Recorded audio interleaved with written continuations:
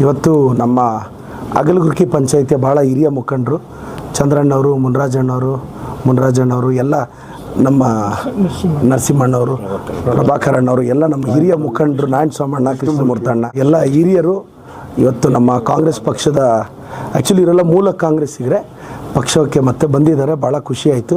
ಇವರೆಲ್ಲ ಹಿರಿಯರ ಮಾರ್ಗದರ್ಶನದಲ್ಲಿ ಅಗಲಗುರ್ಕಿ ಪಂಚಾಯಿತಿಯಲ್ಲಿ ಈಗಾಗಲೇ ನಮ್ಮ ಮುಖಂಡರು ಈಗ ನಮ್ಮ ಎಲ್ಲ ಹಿರಿಯ ಮುಖಂಡರ ನೇತೃತ್ವದಲ್ಲಿ ಪಂಚಾಯಿತಿಯನ್ನು ಮತ್ತಷ್ಟು ಸಂಘಟನೆ ಮಾಡಿ ಅಗಲಗುರ್ಕಿ ಪಂಚಾಯಿತಿಯನ್ನು ಸರ್ವತೋಮುಖ ಅಭಿವೃದ್ಧಿ ಮಾಡಿ ಈಗ ನಮ್ಮ ಅಗಲಗುರ್ಕಿ ಪಂಚಾಯಿತಿ ಅಭಿವೃದ್ಧಿಗೆ ನಾನು 2 ಕೋಟಿ ರೂಪಾಯಿ ಅನುದಾನವನ್ನು ಆದಷ್ಟು ಬೇಗ ಬಿಡುಗಡೆ ಮಾಡ್ತೀನಿ.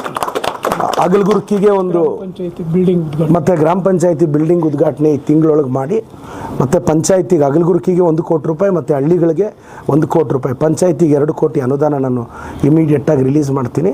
ಆ ಪಂಚಾಯಿತಿಯಲ್ಲಿ ಎಲ್ಲೆಲ್ಲಿ ರಸ್ತೆಗಳು ಬೇಕು, ಸ್ಮಶಾನಕ್ಕೆ ಜಾಗ ಇವೆಲ್ಲ ಮಾಡಿಕೊಟ್ಟು ಮತ್ತು ಆ ಪಂಚಾಯಿತಿಯಲ್ಲಿ ಸೈಟ್ಗಳು ಮಾಡಿಕೊಡ್ತೀನಿ ಅಂತ ನಾನು ಹಿರಿಯರಿಗೆ ಮಾತು ಕೊಟ್ಟಿದ್ದೀನಿ.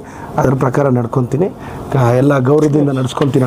ಬಂದಿದ್ದಕ್ಕೆ ಥ್ಯಾಂಕ್ಸ್. ಪಂಚಾಯಿತಿಯಲ್ಲಿ ಭಾಳ ಒಳ್ಳೆ ಪಂಚಾಯಿತಿ ಅದು.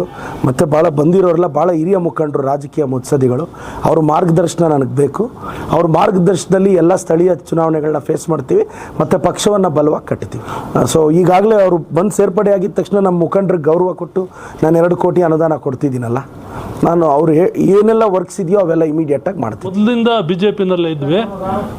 ಈಗ ನಮಗೆ ಸ್ವಲ್ಪ ಅಸಮಾಧಾನ ಆಗಿರೋದ್ರಿಂದ ನಾವು ಕಾರ್ಯವೈಖರಿಗಳೆಲ್ಲ ಸ್ವಲ್ಪ ಸ್ಥಗಿತಗೊಂಡಿದ್ದರಿಂದ ಈಗ ನಾವು ಕಾಂಗ್ರೆಸ್ಗೆ ಬಂದಿದ್ದೀವಿ. ಉದ್ದೇಶ ಇಷ್ಟೇ, ಗ್ರಾಮ ಪಂಚಾಯತಿನ ಅಭಿವೃದ್ಧಿಪಡಿಸ್ತಕ್ಕಂಥದ್ದು. ಅದರಲ್ಲಿ ವಿಶೇಷವಾಗಿ ಇವತ್ತು ಆಡಳಿತ ಪಕ್ಷ ಕಾಂಗ್ರೆಸ್ ಇರೋದ್ರಿಂದ ಆ ಪಕ್ಷದಿಂದ ನಮ್ಗೆ ಆಗಬೇಕು, ಆ ಕ್ರೆಡಿಟ್ ನಮ್ಮ ಅಣ್ಣವರಿಗೆ ಸಿಗಬೇಕು ಅಂತಕ್ಕಂಥ ನಾನು ಸುಮಾರು ಒಂದು 100 ಜನ ಕಾರ್ಯಕರ್ತರು ಇನ್ನೊಂದು ತಿಂಗಳೊಳಗಡೆ ಗ್ರಾಮ ಪಂಚಾಯತಿ ಆಫೀಸ್ ಓಪನ್ ಆದಮೇಲೆ ಒಂದು ಡೇಟ್ ಫಿಕ್ಸ್ ಮಾಡಿಕೊಂಡು ನಾವೆಲ್ಲ ಸೇರ್ಪಡೆ ಆಗ್ತಾರೆ ಅವರೆಲ್ಲ.